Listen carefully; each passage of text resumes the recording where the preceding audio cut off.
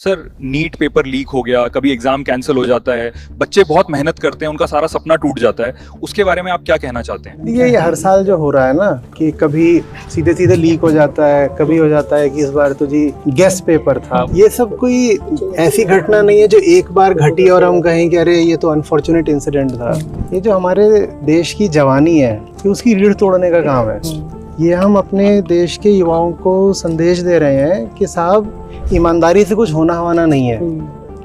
हम उनको बता रहे हैं कि ज़िंदगी में आगे वही निकलेगा जो चालें चलेगा, फरेब करेगा, चोरी करेगा, लीक करा लेगा, जिसके पास सोर्स होंगे, कनेक्शन होंगे, वही ऊंची ऊंची जगहों पर भी पहुंच जाएगा, उसको डिग्री मिल जाएगी, इज्जत मिल जाएगी, वो सफल सक्सेसफुल कहलाएगा। और एक बार आप 15-20 साल के एक लड़के लड़की के भीतर ये भावना भर देते हो ना, तो आपने उसका पूरा वैल्यू सिस्टम डिस्टॉर्ट कर दिया।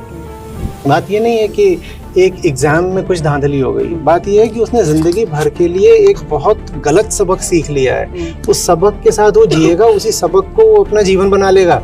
तो अब वो ज़िंदगी में अगर एक चीटर ही बन जाता है तो फिर देश को ताज्जुब ना हो, देश ने ही उसको ये गंदी शिक्षा दे दी है। सर, एक तमिलनाडु के सीएम ने भी बोला है कि नीट का पेपर होना ही नहीं चाहिए। जो बच्चे +2 में मेरिट में पास होते हैं उन्हें सीधे मेडिकल कॉलेज में प्रवेश मिलना चाहिए। इसके लिए सर क्या कहना चाहते हैं? नहीं, ये भी एक विधि हो सकती है। तो जो बात कर रहे हो मेथड की है। हम गलती कर रहे हैं ये सोच करके कि प्रॉब्लम मेथड में है, प्रॉब्लम है नीयत की।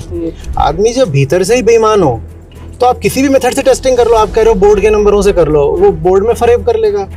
आप कह रहे हो किसी और तरीके से कर लो साहब, कहीं यूपीएससी के लिए आता है, कई बार IIT-JEE के लिए आता है, दूसरे एग्जाम्स हैं लॉ वगैरह के। नहीं साहब, सब्जेक्टिव को ऑब्जेक्टिव कर दो, या ऑब्जेक्टिव में भी मल्टीपल चॉइस कर दो, या इतना रेशियो कर दो। ये सब तो मेथड्स की बात है। जब इंसान ही भ्रष्ट है तो आप कोई मेथड ऑफ टेस्टिंग बनाओ, कुछ बनाओ, इंसान उसको तोड़ डालेगा। इसीलिए हमें इंसान के भीतर ईमान जागृत करने की ज़रूरत है। वही काम हम करने की कोशिश कर रहे हैं। ये जो हमारे सब एजुकेशनल इनिशिएटिव्स हैं, गीता समागम कार्यक्रम है, ये सब हम इसीलिए कर रहे हैं कि आदमी भीतर से ईमानदार बने। नहीं तो ये जो बाहरी टूल्स टेक्निक्स हैं काम नहीं आते।